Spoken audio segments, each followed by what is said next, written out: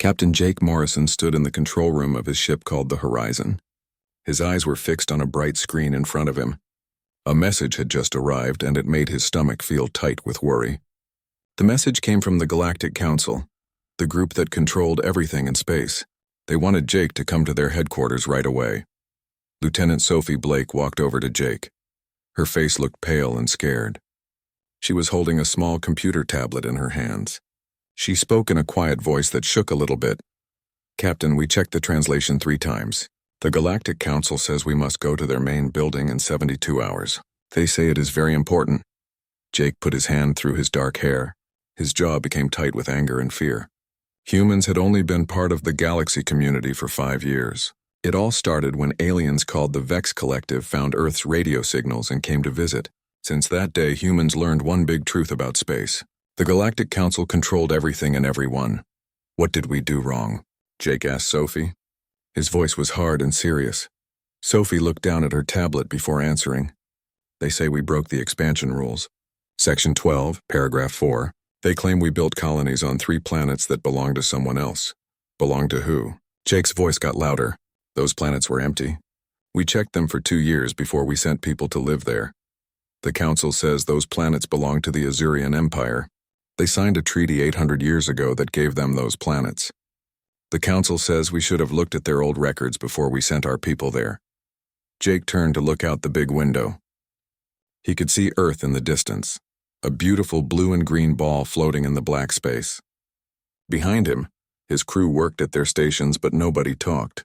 Everyone was quiet and nervous. They all knew what happened to aliens who said no to the Council. 60 years ago, a species called the Korath tried to fight back. Now their home planet was destroyed. Their cities were broken and empty. The Korath people were scattered across the galaxy, working as servants and slaves.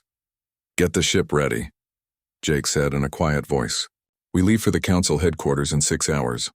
Sophie looked at her captain with worried eyes. "Sir, what will you say to them?" Jake kept looking at Earth through the window. "I will tell them the truth. Then we will see if they want to listen." The trip to the Council headquarters took 3 days. The Horizon traveled through special space roads that were built thousands of years ago. During the journey, they passed many other alien ships.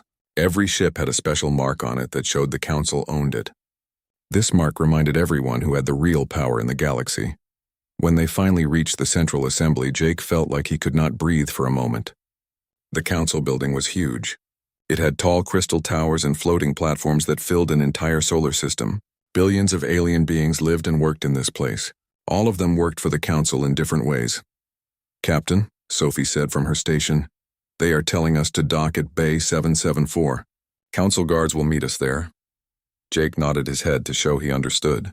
During the 3-day trip, he had written a speech. He practiced saying it over and over again more than 100 times. He would be polite but strong. Humans had followed every rule they were given. If the Council wanted to punish them for not knowing about an 800-year-old treaty, hidden in billions of documents, then the system was wrong and unfair.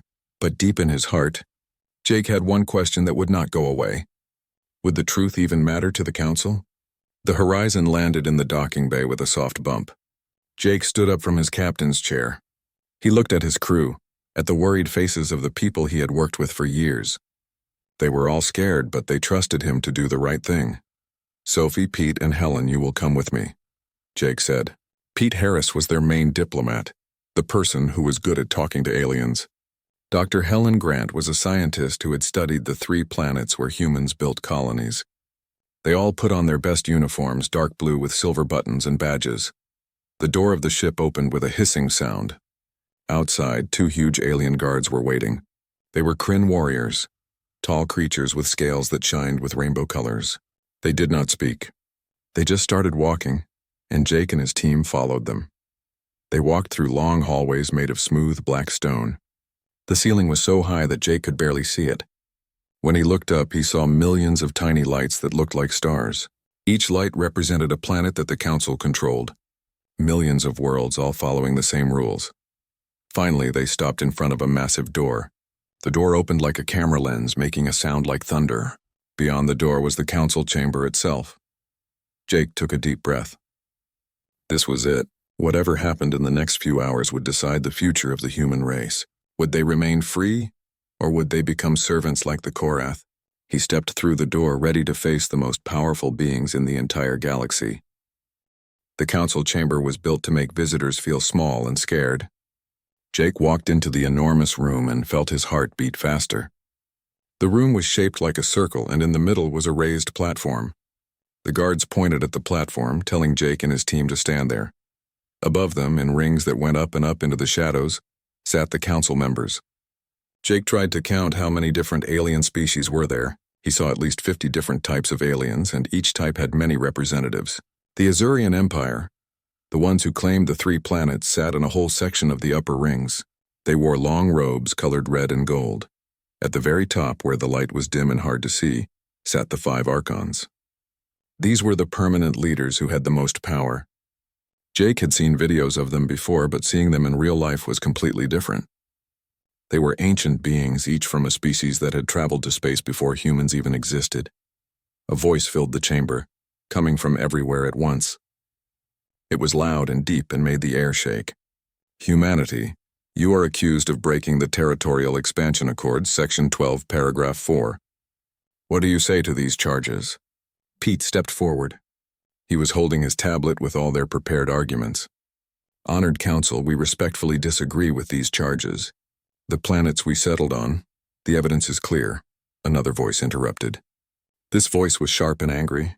Jake knew it belonged to Ambassador Velix of the Azurian Empire. These humans built colonies on planets that have been Azurian territory for 800 years. The treaties are in the public records. Helen spoke up, her voice steady even though she was nervous. Public records buried in an archive with 10 billion documents. We did extensive research. We checked every database that new species are given access to. Nothing showed that these planets were claimed by anyone. A quiet sound of whispers spread through the council. Jake saw many delegates lean toward each other and talk. But Ambassador Velix spoke again, cutting through the whispers. Not knowing about a law does not mean you can break it. The treaties exist. Humanity was given access to all council records when you joined. If you did not read them carefully, that is your problem, not ours. Jake felt anger building inside him. He had stayed quiet until now, letting his team do the talking. But he could not stay silent anymore. With respect, Ambassador, Jake said loudly so everyone could hear. Your empire has not visited those planets in 800 years. They were empty. No one lived there. We are not arguing about your old claim. We are asking why it matters more than the lives of 50,000 colonists who have built homes there. Complete silence filled the chamber.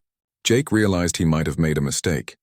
In the council's world, old agreements were more important than anything else. It did not matter if a planet had been empty for centuries. The old treaty was what counted. One of the Archons leaned forward. Its huge body made shadows fall across the platform where Jake stood. When it spoke, its voice sounded like mountains grinding together. Captain Morrison, the Council has heard your defense. Do you deny that humanity built colonies on these planets? No, Jake said. We do not deny it. And do you agree that these planets are inside the boundaries set by Treaty 479 Alpha, signed in Council Year 8212? Jake looked at Pete, who nodded sadly. Yes, Jake said. We agree that the treaty exists. The Archon's huge eyes stared at Jake. Then our decision is clear. The colonies must be removed. All human presence must leave within 30 days. The planets will be given back to Azurian control. What if we refuse? The words came out of Jake's mouth before he could stop them. The chamber exploded with shocked voices. Everyone started talking at once. Sophie grabbed Jake's arm tightly, trying to warn him to be careful, but Jake kept looking at the Archon. The Archon moved its massive head to one side. Then humanity will learn the same lesson as the Korath. The Council's authority is absolute. Defiance will not be tolerated. Jake felt the weight of those words. He thought about the colonists, the families who had left Earth to build new lives. He thought about the children who were born on those planets and knew no other home. And he thought about the Korath, whose fight against the Council had been crushed so badly that their species might never recover. But something else came into Jake's mind. He remembered Earth's history. When small nations stood against huge empires, he remembered people who refused to bow down just because someone told them to. Honored Council, Jake said slowly and clearly, I ask to make one final statement before you give your final judgment. The Archon looked at him with what might have been curiosity. "Speak, human." Jake took a deep breath. He knew this was the most important moment of his life. What he said next would change everything, not just for him or his crew, but for all of humanity, maybe even for the entire galaxy. He looked around the chamber at all the alien species sitting in their seats. Some looked angry. Some looked curious. Some looked scared. But all of them were listening. Jake opened his mouth to speak, and the fate of humanity hung in the balance. Jake looked up at the Archons and began to speak. His voice was clear and strong, reaching every corner of the huge chamber.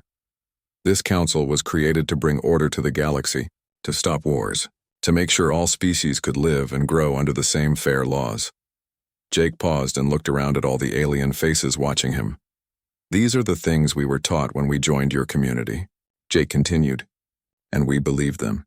Humanity has followed every rule, every regulation, every requirement you gave us.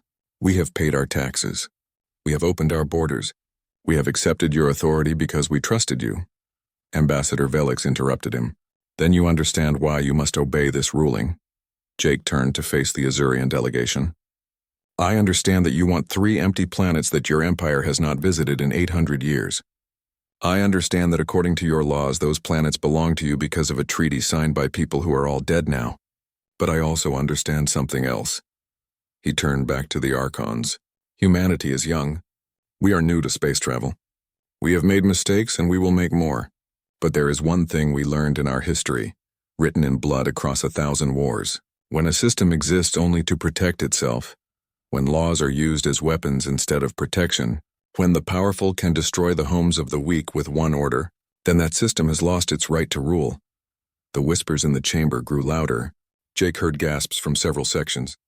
He saw delegates standing up from their seats. But he kept talking. "You have ruled this galaxy for 10,000 years, Jake said. You have kept peace through force and fear. The Korath learned that lesson. And now you expect us to learn it too. You expect us to bow down, to accept your ruling, to move 50,000 people because an 800-year-old document says we must." Another Archon spoke. Its voice sounded like wind blowing through deep caves. "You dare to lecture this council about right and wrong, human? Your species has barely left your own solar system. What can you possibly teach civilizations that were old before your planet had life?" Jake looked directly at the Archon without fear. "I can teach you what happens when authority becomes tyranny. I can teach you what happens when the powerful forget that laws should help people, not control them." "This is outrageous," Ambassador Velix shouted. "This human speaks treason against the council. He should be arrested immediately for—" "No." The first Archon's voice made everyone fall silent instantly. It leaned forward even more, and Jake suddenly felt very small under its gaze. "Let him finish. I want to hear what this young species dares to say." Jake's heart was beating so fast he thought everyone could hear it. This was the moment that would decide everything. He thought of Earth and all the struggles humanity had faced to gain freedom.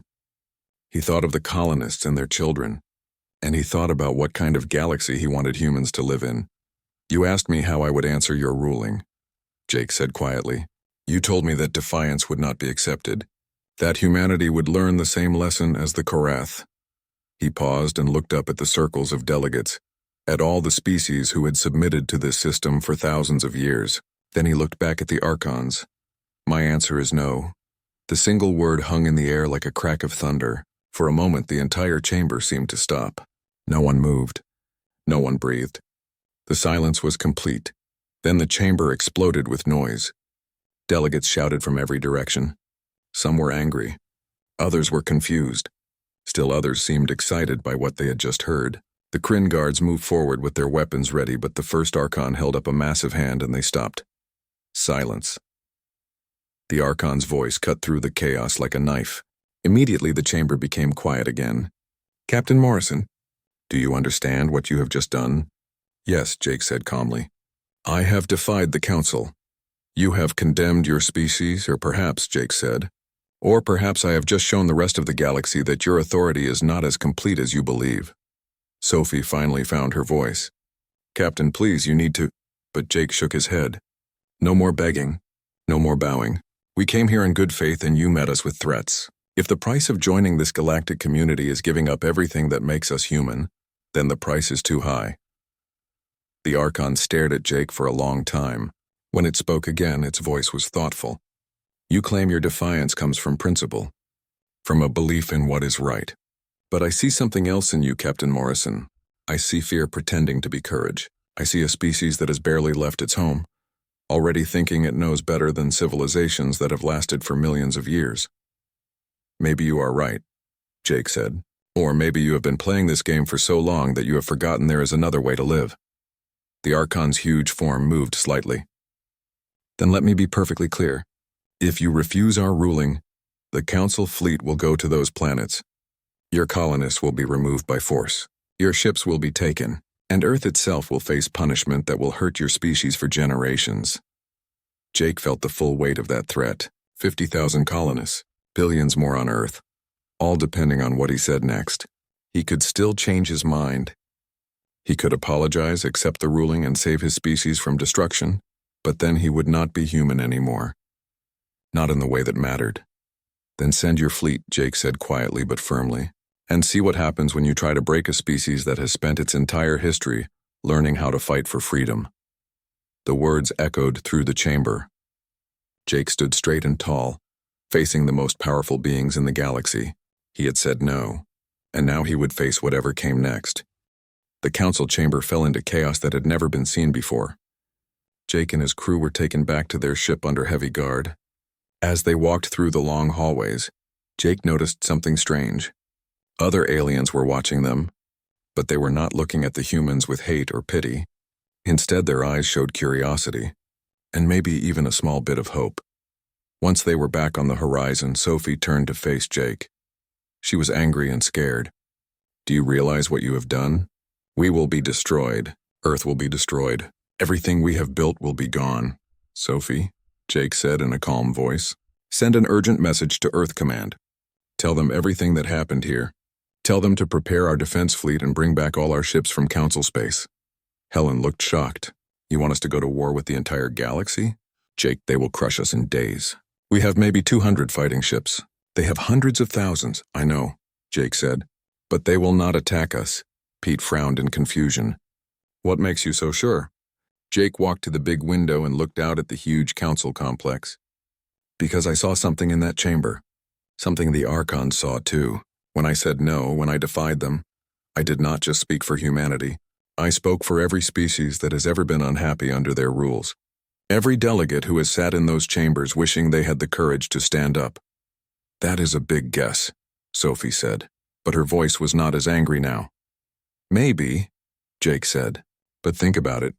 The Council's power depends on everyone believing that their authority cannot be questioned. The moment one species successfully defies them, that belief starts to crack, and once it cracks, it breaks completely.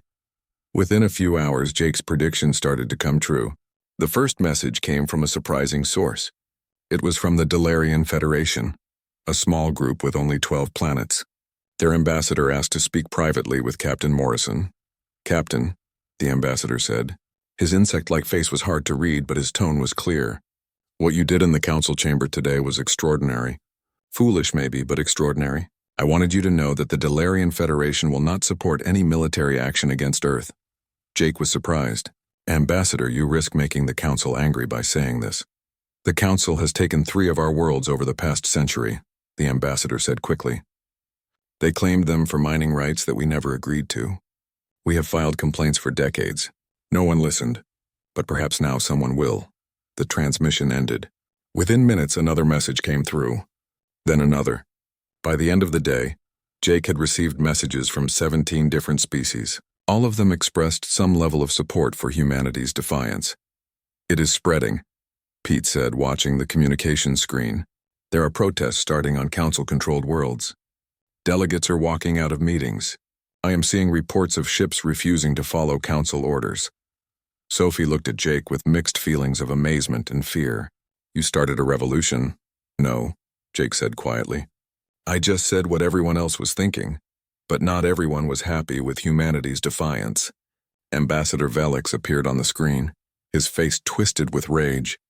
Captain Morrison, the Azurian Empire demands that you take back your statement and accept the Council's ruling immediately. Your actions have made the entire Galactic Order unstable. Then perhaps the Galactic Order needed to become unstable, Jake replied calmly. You are playing a dangerous game, human. The Council will not tolerate this behavior. They will do what? Jake leaned forward. Attack us. Send their fleet to crush humanity as a warning to others? Ambassador, I think we both know they cannot do that now, not without proving that their entire system is built on force rather than fairness. Felix's face grew darker with anger. You have condemned far more than just your own species, Captain. You have opened a door that should have stayed closed forever. The transmission ended suddenly. 3 days passed. The galaxy seemed to hold its breath, waiting to see what would happen next. Jake stayed on the horizon, still docked at the Council complex. No one tried to board his ship, but no one let them leave either. They were stuck in a strange place, waiting for the Council to make its next move. The unrest continued to grow. More species joined the protests. Some demanded changes to the Council's power. Others called for complete independence. The galaxy that had been stable for 10,000 years was suddenly on the edge of chaos. On the 4th day, Jake received a message he never expected. Captain Morrison, the transmission began. Jake recognized the voice immediately. It was the first Archon. You are requested to return to the Council chamber. Come alone. Sophie objected right away. It is a trap. They will arrest you the moment you leave this ship. Maybe, Jake said. But if there is any chance of solving this without war, I have to take it. He walked back through the black stone hallways, this time without guards. The journey felt longer than before. Each step carried the weight of knowing that billions of lives depended on what happened next. When he entered the Council chamber, it was empty except for the 5 Archons. They sat in their places at the top of the room, massive and ancient and impossible to understand. Captain Morrison, the first Archon said, do you understand what you have done? Jake stood in the center of the platform, looking up at them. I said no. You said no, the Archon repeated slowly. One word. And in doing so, you have shaken the foundations of the most stable government this galaxy has ever known. Then maybe it was not as stable as you thought, Jake replied. The Archon was silent for a long moment. Then to Jake's surprise, it made a sound that might have been laughter. You are bold, human. Reckless, certainly. Possibly foolish, but bold. Jake waited, his heart pounding. Whatever the Archon said next would determine the future of his entire species. The first Archon moved down from its position at the top of the chamber. As it came closer, Jake saw the true size of the being. It was enormous, more ancient than anything he could imagine. Its form seemed to shift and change, as if it existed in more than one dimension at the same time. Do you know how long this council has ruled? The Archon asked. 10,000 years, Jake answered. Longer, the Archon corrected him. The current structure has existed for 10,000 years. But the ideas it is built on are much older. Order, hierarchy, the strong guiding the weak. It has kept the galaxy stable through times that could have destroyed everything. Jake looked directly at the Archon. And in all that time, did anyone ever say no? The Archon's form rippled like water. Many have tried. The Korath, as you know. Others before them. All were crushed because their defiance came from pride or greed. They wanted power for themselves. But you, Captain Morrison, are different. How am I different? Jake asked. You do not want power, the Archon said. You want justice. You believe that systems should serve the people within them, not control them. And perhaps most dangerous of all, you have convinced others to believe it too. Jake felt a chill run through his body. If you are here to threaten me again, I am here to offer you a choice, the Archon interrupted. The Council has been in emergency meetings since your defiance. The 5 Archons have argued endlessly about how to respond. Some want to make an example of humanity, to destroy your species so completely that no one ever dares to say no again. And the others? Jake asked quietly. The Archon's form shifted again. Jake thought he could detect something like satisfaction in its movement. The others recognize what I saw the moment you stood before this council. You represent something we have not seen in thousands of years. Real change. Not revolution through violence, but evolution through principle. I do not understand, Jake said. What are you offering me? A new treaty, the Archon said. Not just for humanity, but for all species who feel as you do. A reformed council with clear limits on its authority. A system where ancient claims do not automatically win over present realities. Where smaller species have a real voice in decisions that affect their lives. Jake stared at the Archon, hardly able to believe what he was hearing. You are offering to change the entire galactic government because I said no? No, the Archon said. I am offering to change it because you reminded us why we created it in the first place. 10,000 years ago, this council was formed to stop the strong from destroying the weak. But over time, we became so focused on keeping order that we forgot the purpose behind it. We became the very thing we were meant to prevent. The Archon moved even closer until its presence filled everything Jake could see. Your defiance cost us nothing but pride, Captain Morrison. But it gave us something far more valuable. Perspective. We had become stuck in our ways. Unchanging. Your word, that single no, broke our certainty. And for that, this council owes you a debt. Jake felt overwhelmed by emotions. He had expected war, destruction, the end of everything humanity had built. Instead, he was being offered exactly what he had fought for. What about the Azurian Empire? Jake asked. What about our colonies? The colonies will stay under human control, the Archon said.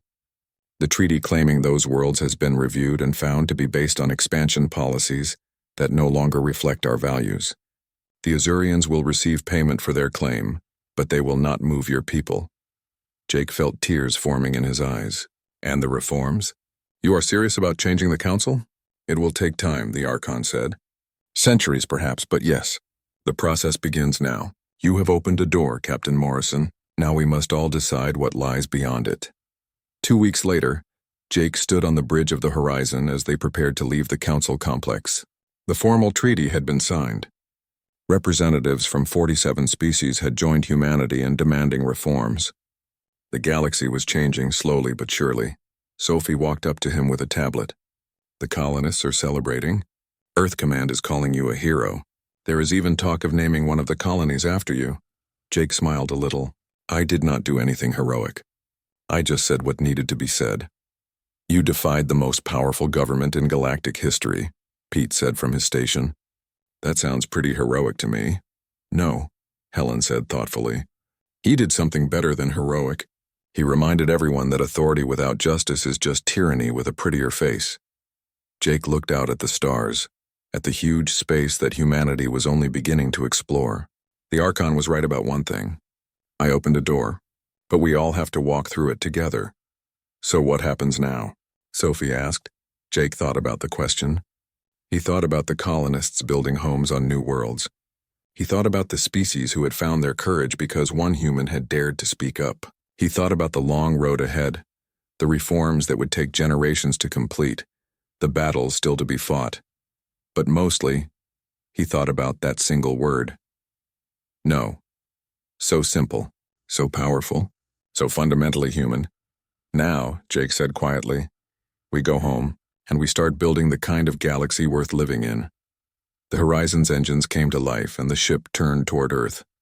Behind them, the council complex grew smaller in the distance.